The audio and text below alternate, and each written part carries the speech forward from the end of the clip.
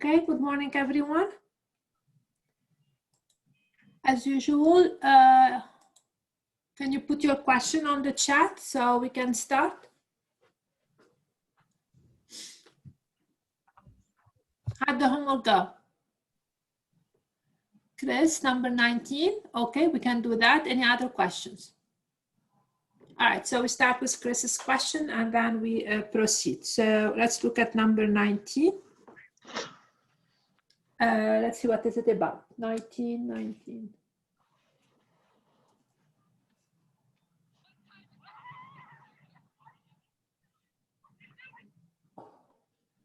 So 19 is that you have the function f of x equal x to the 5. Okay, we have to find the derivative of this function. So f prime of x equal to, so this is x to the power 5. So we have to use the power rule.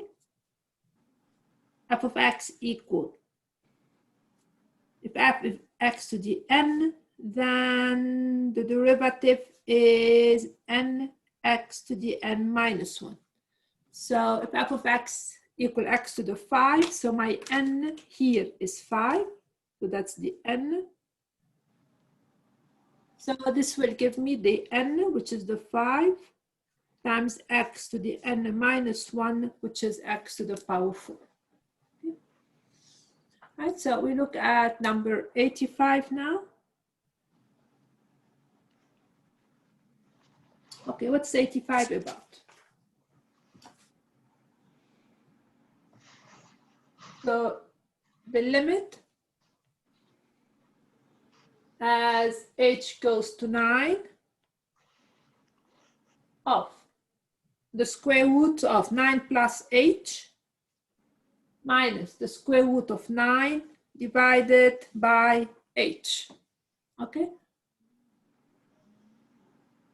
Oh, does it? All right, Chris, I will talk about it in a minute. I didn't pay attention to that. Okay. I didn't know that they're asking about the second derivative. Okay. Because the book does not, and I usually look at the question in the book. All right, don't worry about it. I'll talk about it in a second. So the limit as h goes to 9 of this. And the question is, this is the derivative of a function at a point. So this is f prime of some function at a certain point. So basically they wanted to recognize the format. And the question is, which function and which point?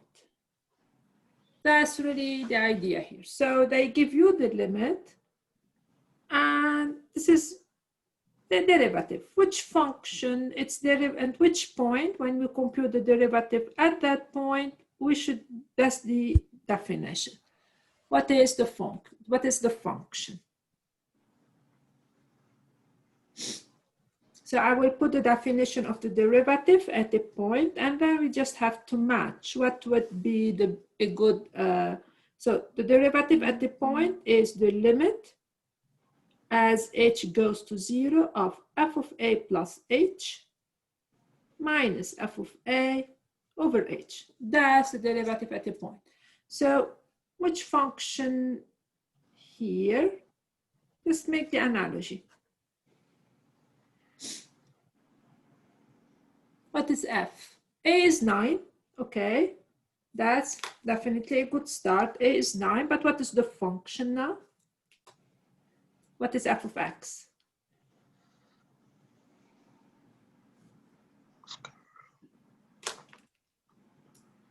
So that's the square root of 9.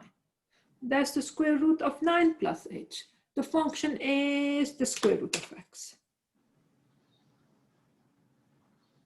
Okay, so there's I want basically to find this analogy. So if let us check now. Let's see if this is really makes sense. So if f of x is equal to the square root of x, let's see if what is the derivative at 9. So let's do that. The derivative at 9 should be the limit as h goes to 0, f at 9 plus h So f at 9 plus h minus f of 9. That's the definition. Now, if I plug in my function, I will get the following. The square root of 9 plus h minus the square root of 9 over h as h goes to 0. Okay, so they're basically moving backward. They are giving you the derivative, and you have to find the function. All right. Any other questions? All right, I want to ask you a very simple question just to make sure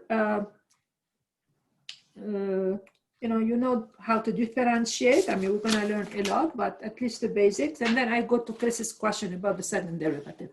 So let's check yourself. So you guys do it on a piece of paper in front of you and see if you get it right. So very simple. Suppose f of x equal 2 times cubic root of x plus 3. The question is prime of x. Okay, you have a minute to do it, and then you share the answer with me. So very basic. I mean, not basic, but we learned that.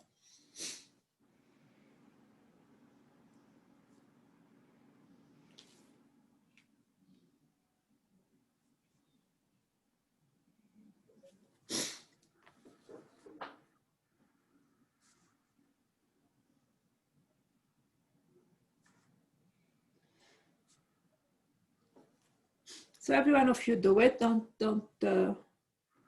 I don't see you, but I have to trust you.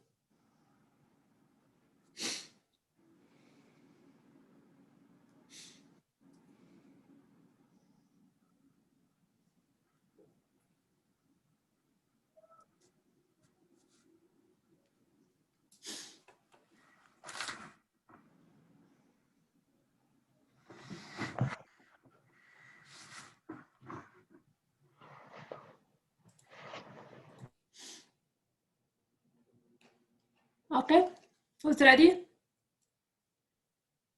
Just unmute yourself and tell me what you got, one of you. It's easier than writing it on the chat.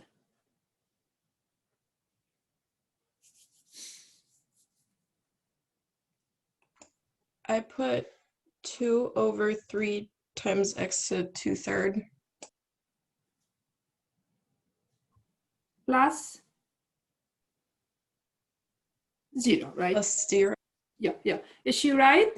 Do you agree with her? Negative So, 2/3. Everybody agrees? So let us walk through what she did verbatim. So we have to rewrite. Yeah, I got negative 2/3 as well. Okay, that's why we do it. Okay, let's see. So that's f of x. So let's compute the derivative. So first we rewrite as we should do. And now we're ready. It's 2 times 1/3 the power x to the 3rd minus 1. So this, and plus is 0, sorry. The derivative of a constant is 0. So that's 2/3, you guys are absolutely correct, minus 2/3. So he's forgot to mention the minus, all right? Yeah, or in the denominator, absolutely. So Elizabeth is telling me, or 2 over that. Absolutely so, absolutely. All right, so another one, just for you to check yourself. Suppose I give you f of x equal, again on a piece of paper, 1 over 4 cubic root of x plus 3x squared plus 4. Okay, again, you guys have 2 minutes to do it.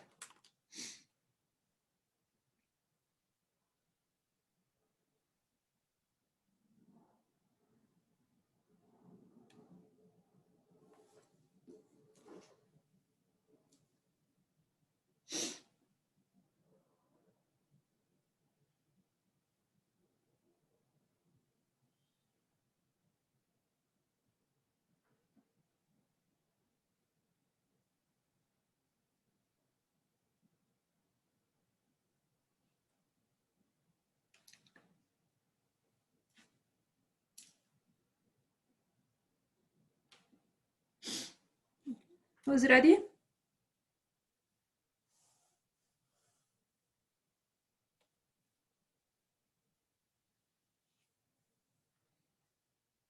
So whoever ready, I'll put your answer here. I got ahead. 1 over 1 1/3 x to the power of 2/3 plus 6x plus 0.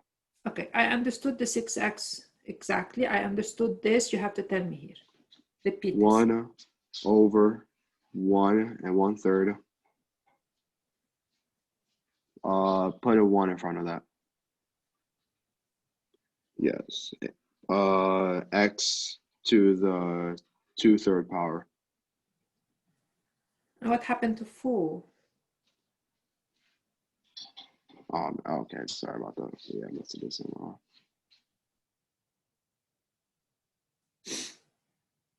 How did you get here?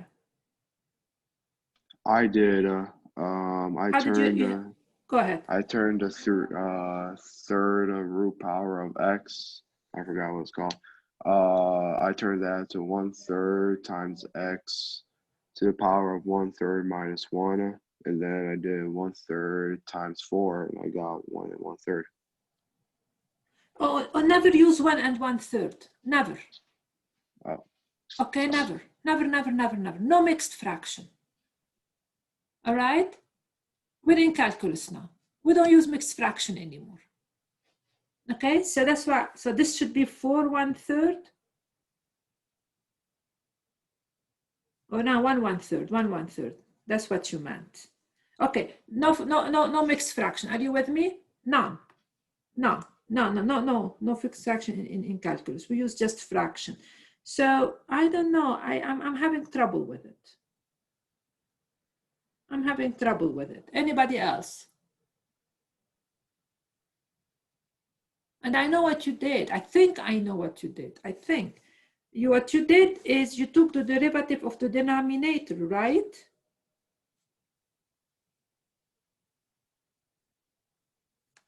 Is this what you did?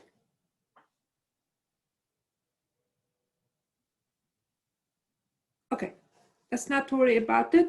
Let us see. What's the first step in the process? What should be your first step in this process? Well, I started out by getting rid of the fraction by making it 4 to the -1 times x to the -1/3. And then it was just a simple multiplication. Right, so step number 1, there is no question asked, you have to rewrite. There is no question asked, so we have to rewrite it. Now you rewrite it 4 to the -1 or 1 over 4. This piece, I don't really care about that piece. You can keep it 1 over 4, but it's this that has to be rewritten like that. Now, if we do it now, we are ready to proceed. This is just a constant. We don't worry about it. The derivative of that is -2/3 x to the -2/3 minus 1 plus 6x plus 0. And now we rewrite. This time that will give me basic. Is it -1/3? Oh, wow. Thank you. Elizabeth, right? Megan. Sorry. Okay. Usually I'm very good at memorizing my students' name and faces. Unfortunately, I won't be able to do that with you guys. So -1/3 minus 1. So now it's going to give me -1 over 12 x minus 4/3 plus 6x. Okay, so this doesn't work. I think what happened is that I think you found the derivative of the denominator. You cannot do that. You have to rewrite first. And then after that, we proceed. Okay, so am I correct now? X to the -1/3, 1 over 4, -1/3, x to the -1/3 minus 1, means -1 over 12, x to the now common denominator, -1/3 minus 1, will give me -4/3 plus 6x. All right? So No way. We have to rewrite only, we don't make up our formulas. We have to really use the rule of differentiation. All right. Another one, not finding the derivative. I will keep doing this almost every day, so you guys will become very good at it. Now I'm going to take you back to sketching the graph, and then I'll introduce the higher order derivative. So again, just again as a reminder, I will give you the following function. I'm just going to make up something. So the function does this. That's my original function. So that's x, and this is f of x. And I'll make up numbers. That's a 1, that's a 3, that's a 2, and that's a 4. And my question is, sketch the graph of f prime. So right below it, we're going to sketch the graph of f prime. Again, if you guys have a sheet of paper, I will give you a minute for yourself to do it, and then we proceed. Oh, I should have done it right under it.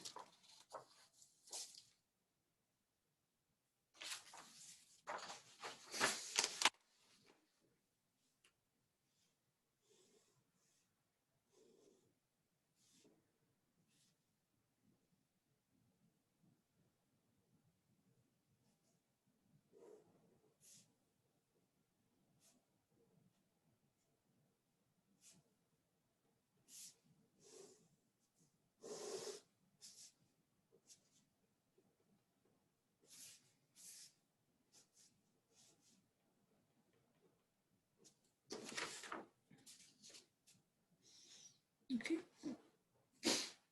Remember how we sketched the graph, and this is not a hard one, you know, because the derivative exists at every point.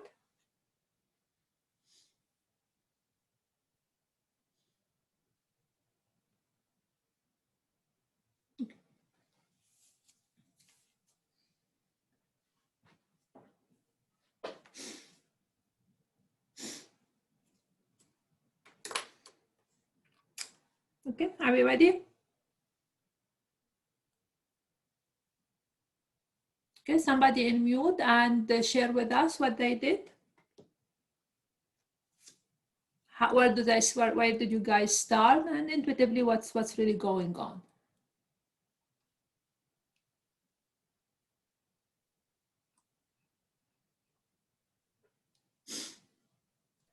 I first started by putting 2 points at 1, 0 and 3, 0.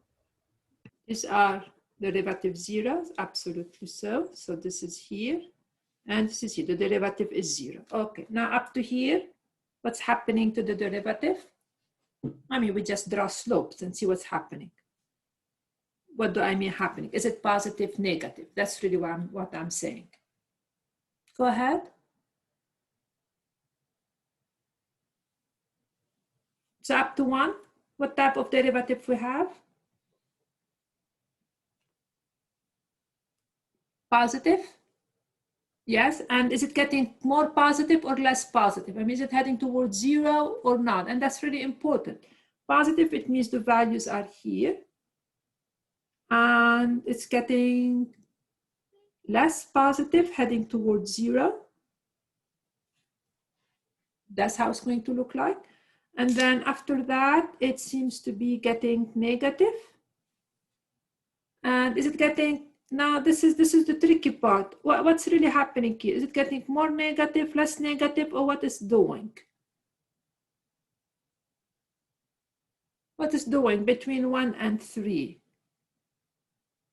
Less negative, more negative. So it's actually changing. At the beginning, it's getting more negative. At some point, it changed and it's getting less negative, heading towards 0. So it's really actually switching here. The graph looks like that. It's like it goes like this. It's descent very fast, and then it changes. It starts descending much slower. So the derivative is going to be going sloping down faster, and then actually slowing down, and then heading towards 0. So that's really the picture here. So the values are getting a little bit more negative, And then they are turning around and becoming class negative. And after that, it's the function is taking off and increasing, of course. So the slope is positive and increasing faster. The slope is getting sharper and sharper. That's my f prime. Okay. Now, f prime is a function by itself, right? That's a new function.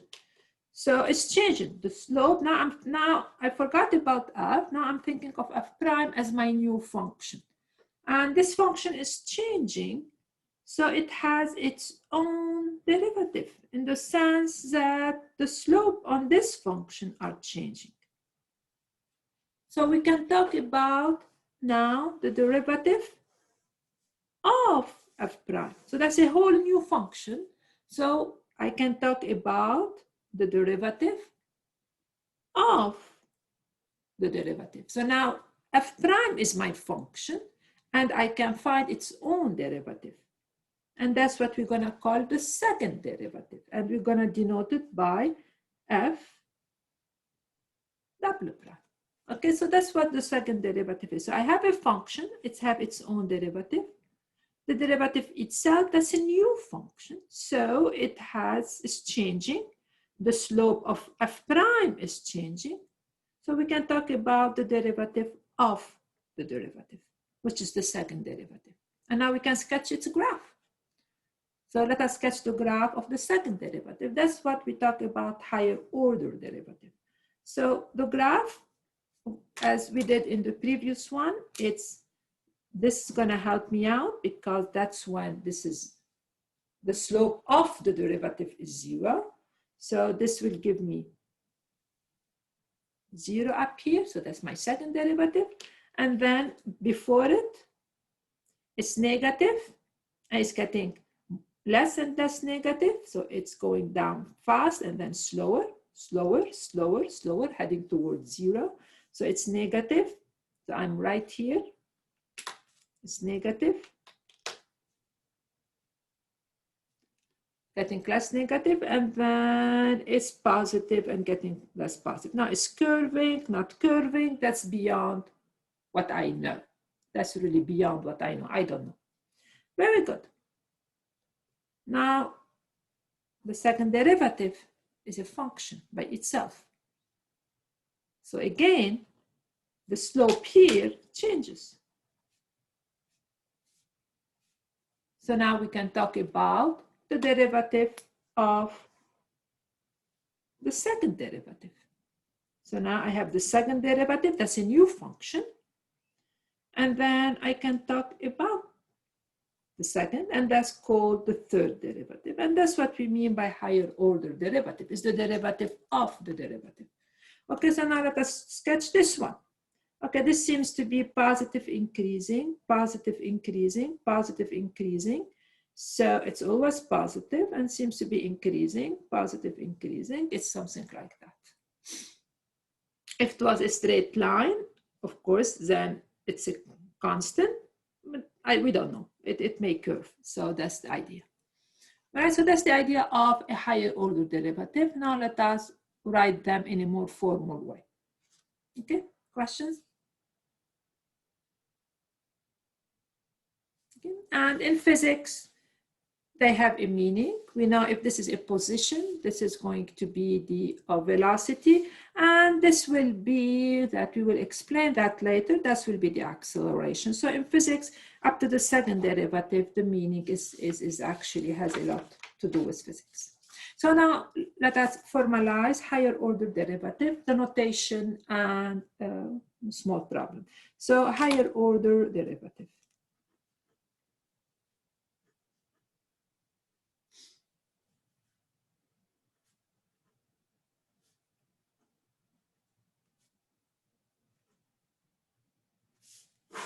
Okay, so suppose we have a function f of x, so that's a function. It has its derivative.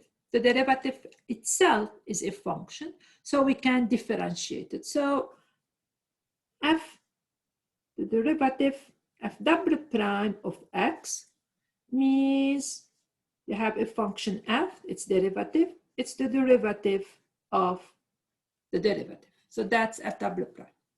Now, again, f double prime is a function, so we can talk about its own derivative. And this is called the third derivative. Okay.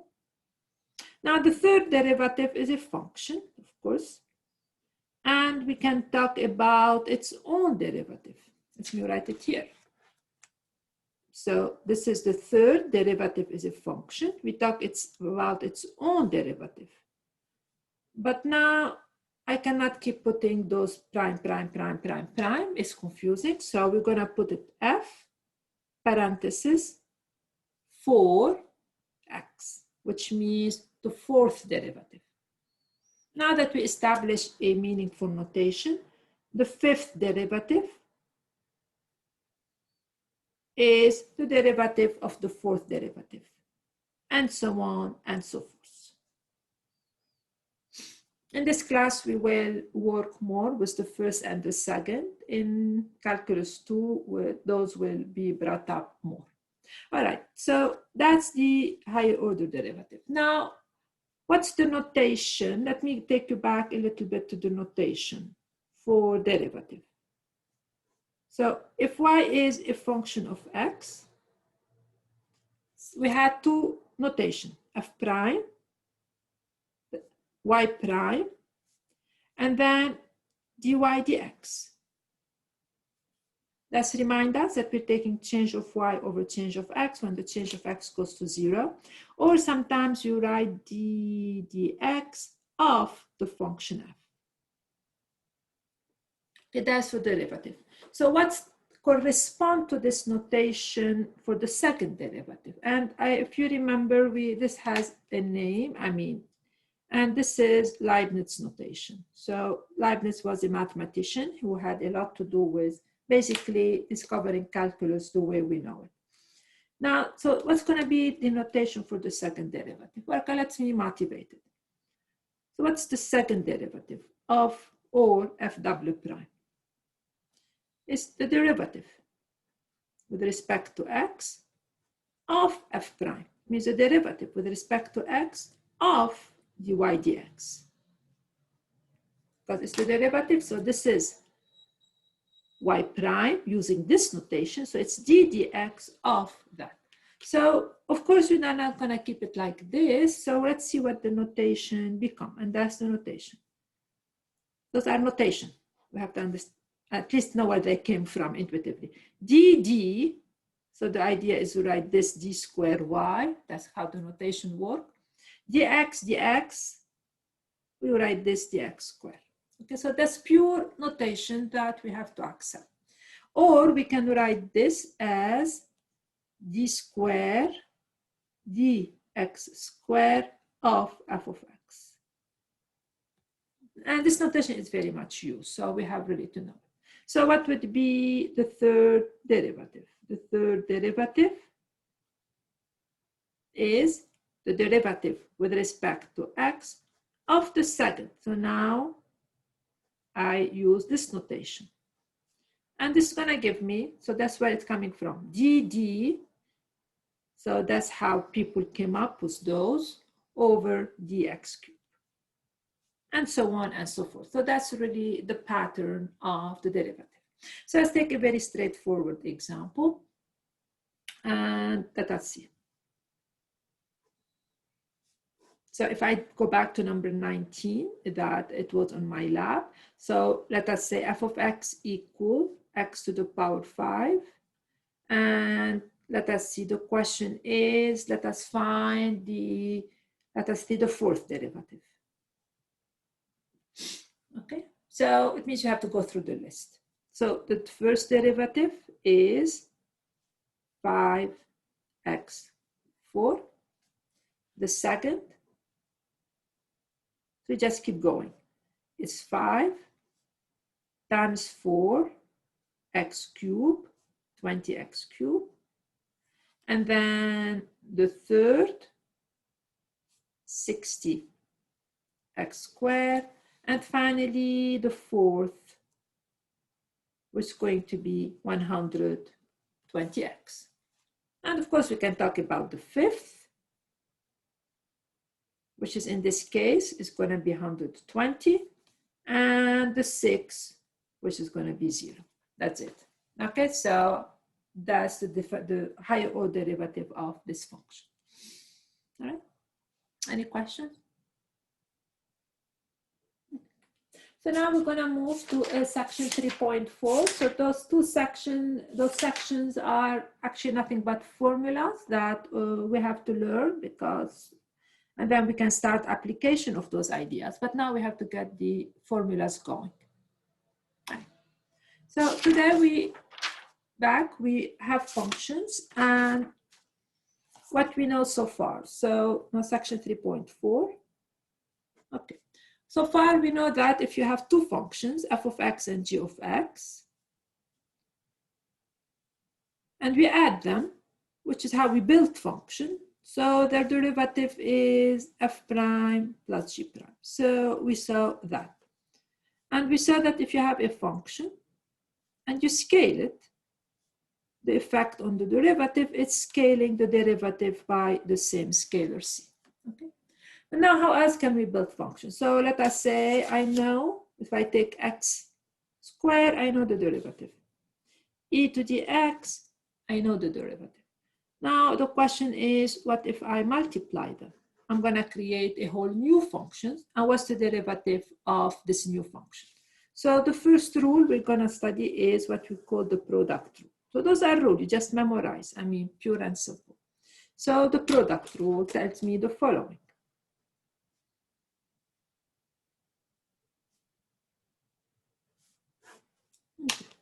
Tells me that if you have two functions, f and g, then the derivative of the product is not what you want.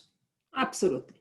It's the derivative of the first times the second plus f of x times g prime of x. Okay, so that's how the product goes. So the derivative of the product is the derivative of the first times the second plus the first times the derivative of the second. Absolute memory. That's it. I mean, you have to memorize those rules. Okay, so we apply them immediately. So example number 1.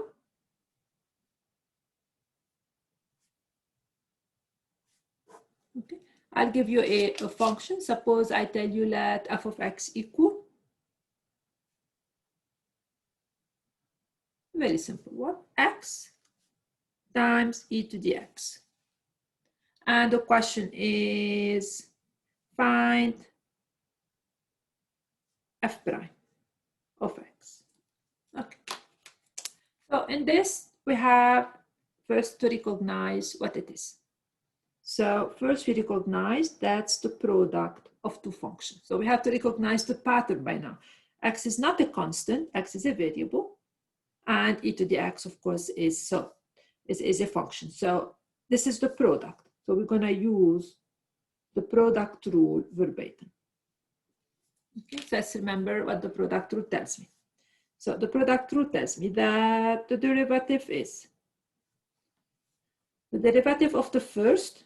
So now I'm going to write the derivative of the first times the second function plus x, that's my times the derivative of e to the x. Okay. Now we compute each one of them. The derivative of x is 1 times e to the x plus x times the derivative of e to the x is e to the x. Okay, end of the problem. Okay, example number 2. Again, simple.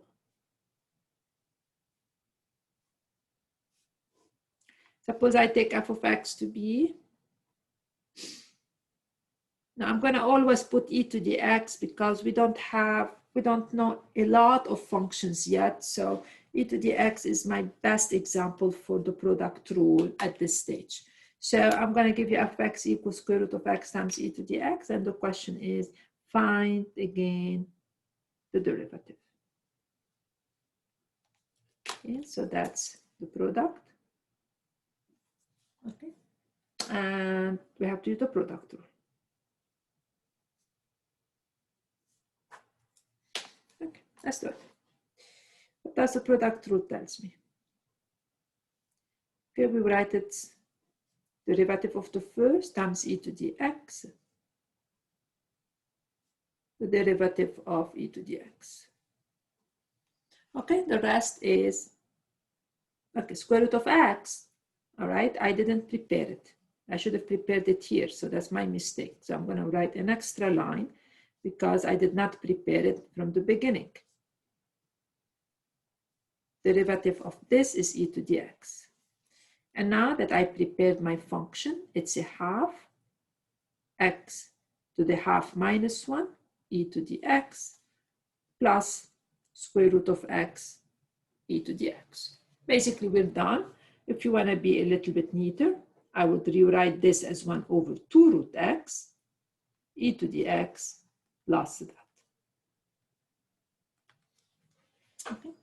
So let's do one more, just and introduce with it slope and stuff, so we make it more lively. Please, if I remove the paper and you're not done, let me know. Okay, so last example with the product rule is the following. So I'm going to take the function f of x to be equal x squared times e to the x. And question number 1 is, all right, find the slope. No, find the equation of the tangent line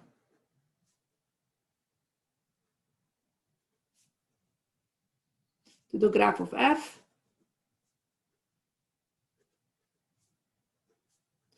at, let's pick a point, let's say at a equal 1.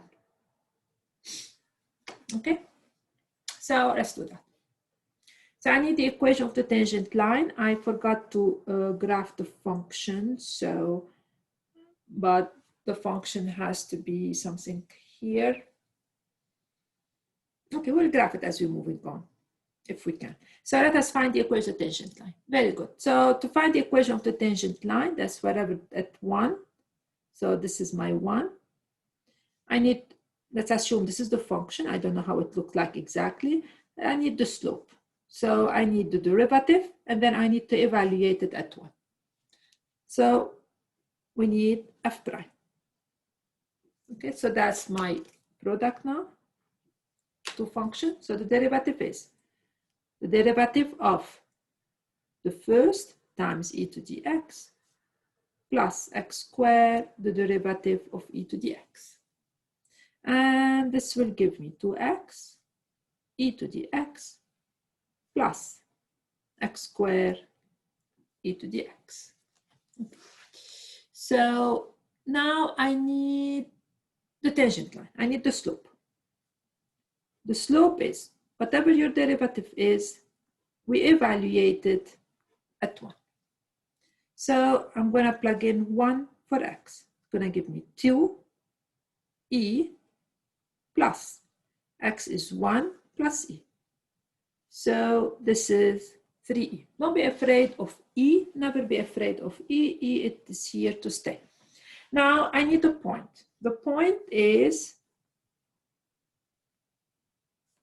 1, because I gave you 1. And the second component is what the function takes at 1.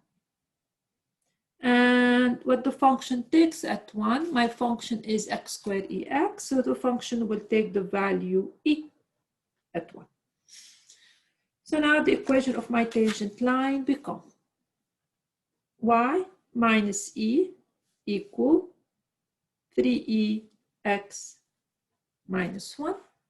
And could you re-explain how you found the slope? Sure. Okay.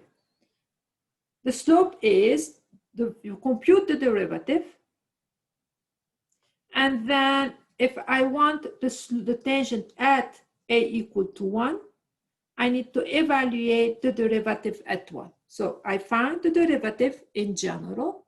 If I want it at this particular point, I evaluate this at 1. It means I plug in 1 in the expression of the derivative. If I plug 1 here, I'll get 2 times 1 times e, that's the 2e, plus 1 squared, which is 1 times e. So it's 2e plus e, which is equal to 3e. Okay, so that's how we find the slope, because before we found the slope by taking the limit. Now somebody gave us the formulas. So instead of taking limit, somebody just gave us those formulas. We can use them to find the slope. And now the point is just, go ahead. Can you explain how you got the point of E for f of 1? Yeah, what is my function f of x? It's x squared e to the x. Okay, that's the function. And the point I'm interested in is on the graph of the function. So if this is a 1, the second point should be what f takes at 1. F at 1 is 1 squared, 1 times e. So that's the point on the graph. Okay, so for the slope, you evaluate the derivative at 1. For the point, that's the point on your graph, you evaluate the function at 1. All right, thank you. Are you with me? Yes. Okay, so now we find the equation, and this is going to give me y minus e equal, as I said, don't be afraid, remember e is a constant, minus 3e. And now we just rewrite it in the nice format, 3ex, and as you realize, I'm not afraid of you, I just keep it, minus 2e. Okay, I know that e is a number, 2.7, but I don't really need it. Okay, question number 2. Question number 2 is, I would like to, I don't know how the graph looks like. I didn't graph it, but I would like to see, is there places where the function like kind of peak in a way? Or I don't know, like something like that. So I really want to know a little bit, is there peak points? What's really happening? So my second question is, find all the values of x where the slope is horizontal. So find all values of x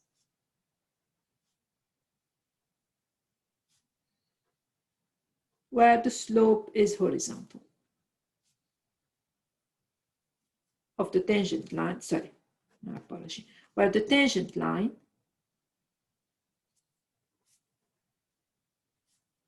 is horizontal.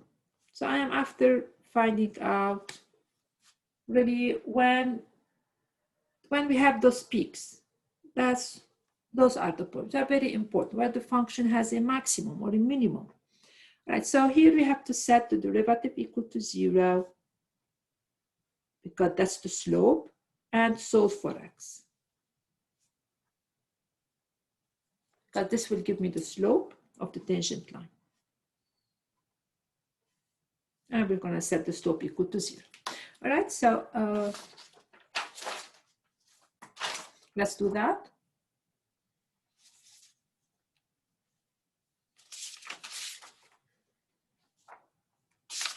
Okay, yeah. Oh. So this is my function, my derivative. My derivative is, let us remember what it is. It's 2x ex plus x squared ex. Okay, and this is what I want to set equal to 0. Okay, so x. So I'm going to set 2x ex plus x squared ex equal to 0. And we need to solve for x. All right, how can I solve this equation for x?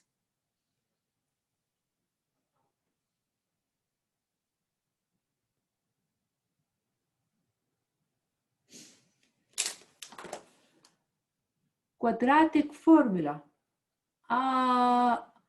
this is what you're gonna do with EX. Quadratic formula, let's see how it is. It has to have the form, quadratic formula, it has to form a constant x squared plus a constant x plus c equal to 0. This does not have that form. A is constant, so this is where we use the quadratic formula. I have EX here. That's not a quadratic. Very good. So what are we gonna do? Factor out. As I said before, and I always repeat, one of the key idea of solving is basically most of the time by setting it equal to 0 and factoring. The key idea behind solving is really factoring most of the time. And like Kiana is saying, and everybody, just factor. So you guys, now you're coming up with ideas. E to the x, definitely I want to factor. And actually I can even do better than that. I can factor x ex. So if I factor those out, I will be left with a 2 from here. And I can be left, if x ex go, I will be left with x. This is equal to 0. Okay, so that's really, as I said, solving is actually about factoring most of the time. So now, how can this occur? If this is equal to 0, then what does it mean? Now again, if you have 3 numbers, because that's what I have, if the product is 0, it means either E0 or B0 or C0. That's the only way when you multiply, you can get a 0. So now here I'm multiplying 3 things. That's one, that's another, and that's another. So how can this be equal to 0? Okay, if x is 0, this could be 0 because 0 times something. If 2 plus x is 0, this can something. Now what about EX? What about EX? Can EX be equal to 0? Can e to the x ever equal to 0? So e is just a number. That's what e, and you are raising it to x. I mean, you're raising to another number. Can this be equal to 0? Absolutely not. So this one I don't have really. This is always different from 0. So this can never be equal to 0. And remember, the graph of EX is start from here and takes off. Okay, so this is never 0. So the only way this could be 0 is x is 0 and 2 plus x is 0. Well, this will give me x equal to minus 2. So we have x equal to 0 or x equal minus 2. So my function is actually having a, so intuitively, I would like a little bit to sketch the graph. I don't know exactly how it looks, but intuitively. So my function is x squared ex. That's my original function I'm working with. And this tells me at x equals 0, the function have a horizontal tangent. Okay, if x is 0, the output is 0. It means right here, the function will have something like that. That's what I know. That's the only thing I know.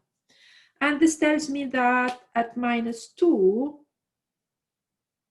also the function has horizontal tangent. Now, if x is minus 2, the output at minus 2 is minus 2 squared e to the minus 2. It means 4 over e squared. So it's somewhere in here. So again, my function is going to have a horizontal tangent right here. So intuitively, how my function would look like, and now I will sketch it for you. You don't. I know that it's always positive because no matter what x is, x squared is positive, e to the x is positive. So my function is going to look like something like that. It's going to go up here, and then it's going to go down here, and then I think it's going to take off. Okay, that's intuitively how I think the function would look like. Okay, so I mean, this derivative is really going to help us a lot. All right, and I guess I'm out of time now.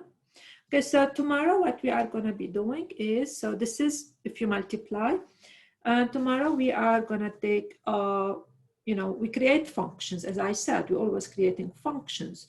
So if you have two functions, x squared ex, as I said, you can multiply them, then you create a whole new one, but you can also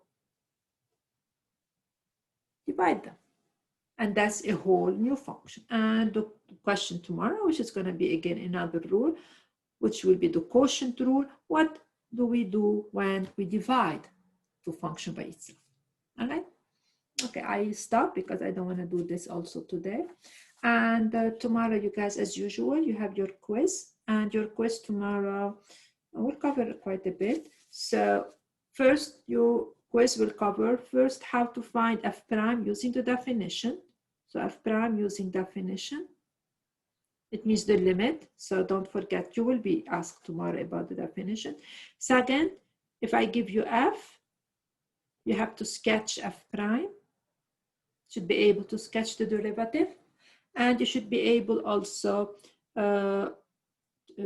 figure out when the function is not differentiable. Okay, so I'll ask you, I give you a function, you have to figure out when the derivative doesn't exist, and we've talked about it, usually when we have those corners or when the graph seems to go basically vertical. That's when we don't have the derivative. And how to sketch the graph when this occurs, which is usually something like that.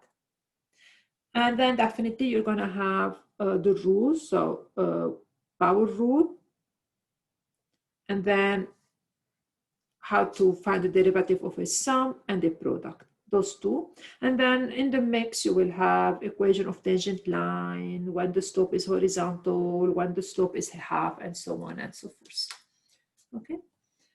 And please, some of you did not do your MyLab. Don't wait for the last minute. So please do those homework. And I have to assign some for tomorrow. Any questions whatsoever? Okay, as usual, you can come to my office hours in case you have some questions. And bye for now.